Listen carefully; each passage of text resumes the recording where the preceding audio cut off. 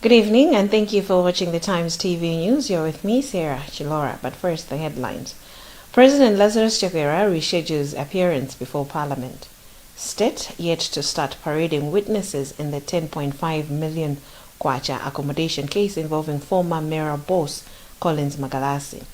And national rollout of the customary land registration and demarcation exercise awaits land law review. We also have the latest in the international news. Please to stay with us.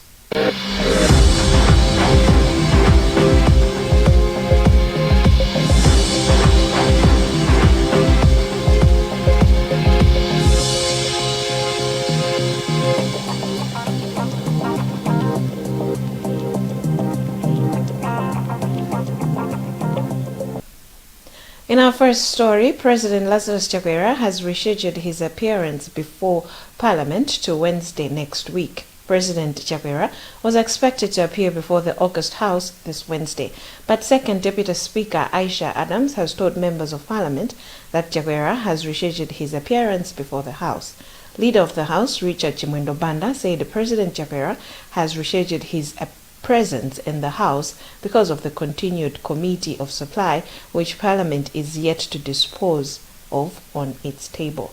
Chimwendo explains. What we have done is just to shift what was supposed to be done this week and do it next week. So the President is coming next week, Wednesday. The other thing is that according to our standing orders, it's only a Wednesday that the President is supposed to come. So we are still within the Committee of Supply. So the President will be coming next Wednesday. That's what is going to happen. The questions will come from the members. We normally ask members to ask questions. So are not questions from us, the ministers. They are questions from honorable members of Parliament. So we will see the questions, and there will be also supplementary questions from all over.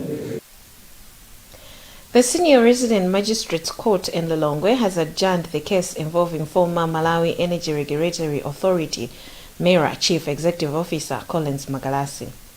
Magalasi is being accused of abusing the authority of his office when he used public funds amounting to 10.5 million kwacha as accommodation for Democratic Progressive Party officials at Kanjetsa Lodge, Oasis Hotel and Heritage Serendip between July and August 2018. On Tuesday, the state was expected to start parading witnesses against Magalasi. Taonga Sabola has the latest. Magalasi is accused of paying 10.5 million kwacha accommodation for Democratic Progressive Party officials at Kanjeza Lodge, Oasis Hotel and Heritage Serendip between July and August 2018. According to court documents, the money was released on the pretext that it was going to be used for sensitization meetings. During Tuesday's court appearance, it was observed that Magalasi's lawyer had another commitment at the High Court. Director of Public Prosecution Stephen Kayuni told reporters outside the court that the state was ready with its witnesses. We were ready to parade our witnesses today. We had a number of witnesses set for today. The court too was set, but there were issues that came up. Counsel for the defense had matters in the High Court that needed to attend to, and there are also a few issues that came up that we needed to see the court in chambers, and those are related to the other matter. Remember that there are two cases, one in this court and the other one in the CRM court. So there was a request that those matters be ironed out.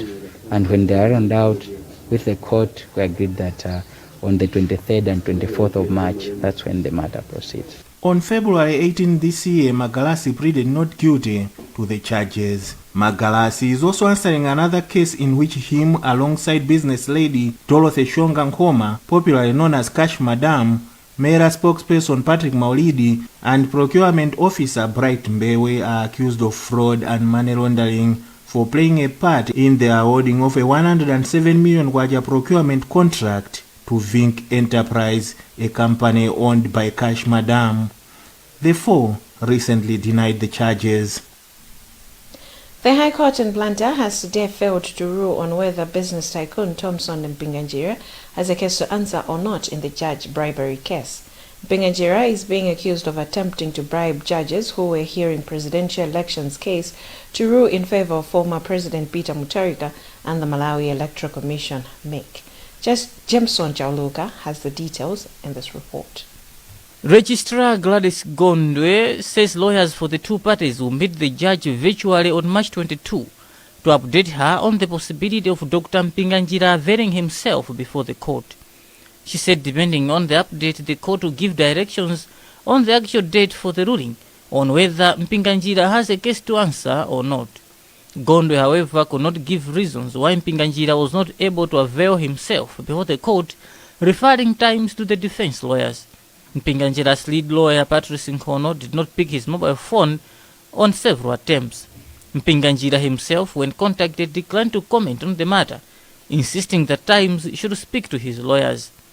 Mpinganjira has been accused of attempting to bribe the panel of 5 judges who were hearing the presidential elections case to rule in favor of former President Peter Mutharika and the Malawi Electoral Commission.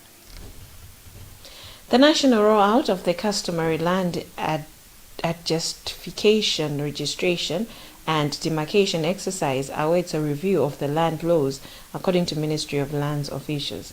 Government has been testing the Customary Land Act through a pilot phase conducted in 8 districts in all the country's 3 regions. Eric Nsikiti has more in this report.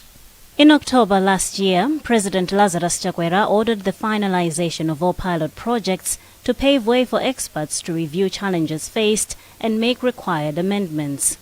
The pilot phase has seen thousands of customary landholders registering their land and receiving certificates of ownership from the government. Touring a public display and verification of land parcel owners' names in Mibawa and Nsanje districts on Monday, Geographic Information System and Land Surveying Specialist Masida Mbano said most of the work has been finalized. The whole plan was, first of all, to pilot out these land laws, as I said. So what is happening now, there is a land law review team which has been instituted in the Ministry of Lands, and they are meeting regularly to review the laws based on the lessons which we have learned. After they do the reviews, then they are going to send them to Parliament for amendments. And probably after the amendments have been done, that's when we can be talking about the national law. In Mibawa alone, at least 3,000 parcels of land have been adjudicated, registered and demarcated at Group Village Headman Chizenga in the area of Traditional Authority in Gabo. The new land laws were being tested in Nsanje and Chikwawa districts under the Agricultural Commercialization Project, which is supporting small to medium-scale farmers. Group Village Headman Chizenga said the exercise has reduced land boundary wrangles the area has been experiencing for many years. The public displays and verification of land parcel owners' names is a requirement of the Customary Land Act. Elita Soko ending that report, followed by Eric Nsikiti.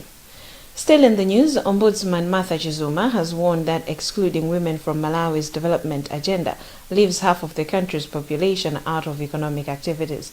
Chizuma sounded the alarm during an open lecture UNICAF University organized as part of this year's International Women's Day. Rebecca Chincheka has more in this report, read by Wezi Kausi. Chizuma said there will be no true development unless women are part and parcel of the development process. Hence, more women should be engaged in the Malawi Development Blueprint, Malawi 2063. We need to be a threat. Whenever there's a woman, you need to be a threat to any form of injustice to yourself and to another woman. So we need to speak out. And as I said, to speak out, you need to have enough internal resources within yourselves. You need to come from a place of integrity. You need to come from a place of enough conviction and knowledge. And it means that as women, we also need to continually build ourselves up so that we can rise up to the challenge. And as I said, the reason why we are here today is it's a system. It's a system that anchors this current situation. And to break or to deconstruct that system will take a lot of courage. UNICAF University Vice Chancellor Robert Leadley said the university was proud to commemorate International Women's Day with an open lecture presented by one of the country's most respected high-ranking officials, the Ombudsman. The university periodically has public lectures where we like to raise important topics. And we felt that this opportunity for International Women's Day provided us with a good example of a topic that needs more discussion, maybe a deeper level of understanding. We hear a lot about gender inequalities, we hear a lot about abuse, but maybe we don't stop to think too deeply about the underlying reasons for those. We condemn the act, but we don't look at the reasons behind it. And we felt that we could take opportunity of International Women's Day to do that through an academic approach with a detailed analysis. UNICAF University offers a wide range of undergraduate and postgraduate degree programs accredited nationally by the National Council of Higher Education in CHE and internationally by the British Accreditation Council based in the UK. The university also offers scholarships. Blantyre Water Board has announced it is turning to solar power to boost water pumping at its Nguludi station. Acting Chief Executive Officer Mavuto Chipantenga made the remarks during a tree planting exercise at the station in Chiradzulu district. Thomas Kajere reports. Chipantenga, who was guest of honor at the event, said before commissioning of the operations of Nguludi pumping station in 2019, the organization has been spending more in terms of electricity bills. Chipantenga was therefore optimistic that once the organization achieves its dream on the use of solar power, it will be able to expand its coverage using the resources being saved. The government of Malawi, with the assistance from the government of India, we got some funding where we'll be constructing or implementing two major projects. One of it is to construct a new water source, and that is an additional new water source to meet the demand in the near future. This time around we would want to be proactive in terms of that one. But now I think, having noted that we'll be constructing a new water source and also even the current challenges which we are having currently of high electricity costs, we feel that I think with that new water source it means the electricity bills will even more than double. As such, in that plan we also included construction of an independent power plant, which is expected to be producing power for our own use. In that case, we feel even the operational costs will be reduced because we'll be using our own power. On tree planting exercise, he said trees are very important to human beings as they provide oxygen, wood, reduce soil erosion, as well as attract rains. He therefore urged people of the surrounding communities to plant and take care of the trees to have good survival rate. As Blantyre Water Board, we sat down and decided to plant trees here to Nguludi today. Basically, this is because Nguludi is, of course, our new station, which was commissioned in October 2019, and of course, it's contributing a lot in terms of water protection. But unfortunately, being a new site is too bare, so we thought it necessary to plant trees here. In his comment, Group Village Head Njirimba commended BWB for planting the trees around Nguludi pumping station, saying they will provide full vegetative cover. Group Village Head Njirimba promised to be proactive in managing the environment. Government commissioned the operation of Nguludi pumping station in 2019 as one way of reducing challenges of water interruptions to its customers. Remember, you're watching the news on Times TV. We'll be right back soon after this break.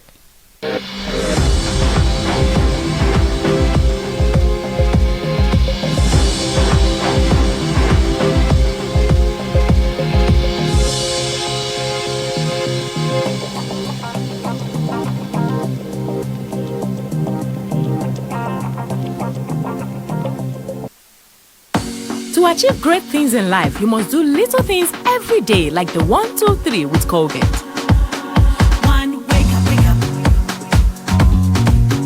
2, brush up, brush up.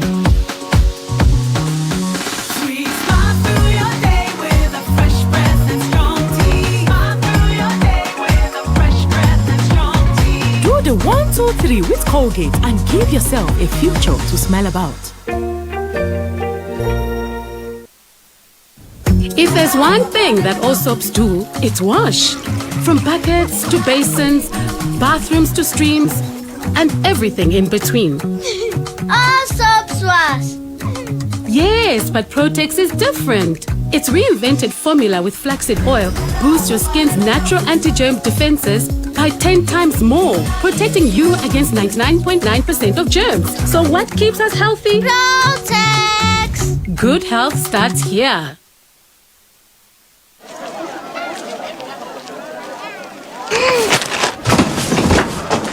Do your gums hurt? Yeah. Does your toothpaste contain sage, eucalyptus, myrrh, chamomile? All that in one toothpaste? Yes, try Colgate Herbal. Colgate Herbal contains nature's best herbs and Colgate's fluoride technology to give you strong teeth and healthy gums. Ah, Colgate Herbal. Let's go. Colgate Herbal for strong teeth and healthy gums naturally.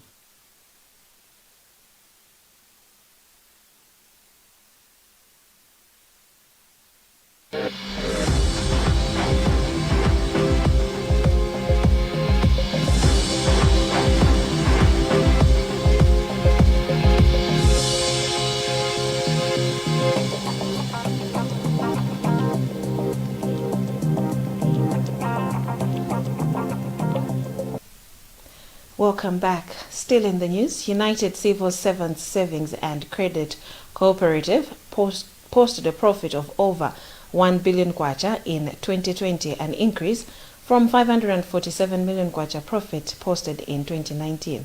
Officials say 9,637 new members joined the SACCO in 2020, bringing the total population of members to 35,494. Sam Kalimira reports. At a media fest in Mzuzu, the money lending and saving institution projected to have 15,000 new members in the coming 2 years. The SACCO's general manager, Francis Waliwa, said they have an asset base of 6.8 billion kwacha from 4.5 billion kwacha in 2019. Waliwa said if macroeconomic trends remain stable and favorable, the SACCO might post 2.5 billion kwacha profits by next year. United Civil Servants SACCO has fared very, very well beyond expectation in 2020. According to audited reports, we have made a profit of over 1 billion, as compared to 2019, where we gave out our members a profit of 547. So it's like we have doubled the figure. And our assets have also grown from 4.1 billion in 2019 to 6 billion in 2020. The Civil Servant SACCO, which is the biggest in most assets and membership in the country, said loan defaulters rate has also reduced from 5% to 1% as of December 31st, 2020. Commenting on the media training, Joachim Nthala of Voice of Livingstonia said he is now equipped with knowledge specifically on the importance of savings with SACCO. It has been really helpful, and it will also help us as the media personnel in writing and framing our stories on how they can partner with SACCO in order to move their lives, because a lot of people, a lot of Malawians, they are underprivileged, they live in abject poverty, so maybe it's high time they try to work together with the SACCO to get the financial safeties. The United Civil Servants SACCO is apparently expected to hold its annual General Assembly this Saturday in Mzuzu, as it is also expanding its services to cater for those people working in the private sector. In international news, new controversy is brewing for Britain's royal family after an interview on US television with Prince Harry and his wife Meghan Markle raised questions of possible racism in the royal family. Henry Rigwell reports from London. Buckingham Palace had hoped that Prince Harry's marriage with Meghan would modernise the royal family. Instead, it has created new troubling press reports. Prince Harry's wife, Meghan Markle, whose mother is black and father is white, told interviewer Oprah Winfrey the family had refused to make her son Archie a prince, and an unnamed royal had raised concerns about the colour of his skin. So we have in tandem the conversation of he won't be given security, he's not going to be given a title. and also concerns and conversations about how dark his skin might be when he's born.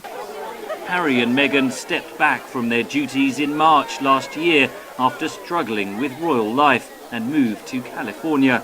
Meghan said Queen Elizabeth had always been wonderful to her. The former actress said she had struggled with what the couple saw as racist attacks in the press and had suffered suicidal thoughts while pregnant, but had received no support. Harry described how they had been cut off financially and said his father, Prince Charles, the future king, refused to take his calls.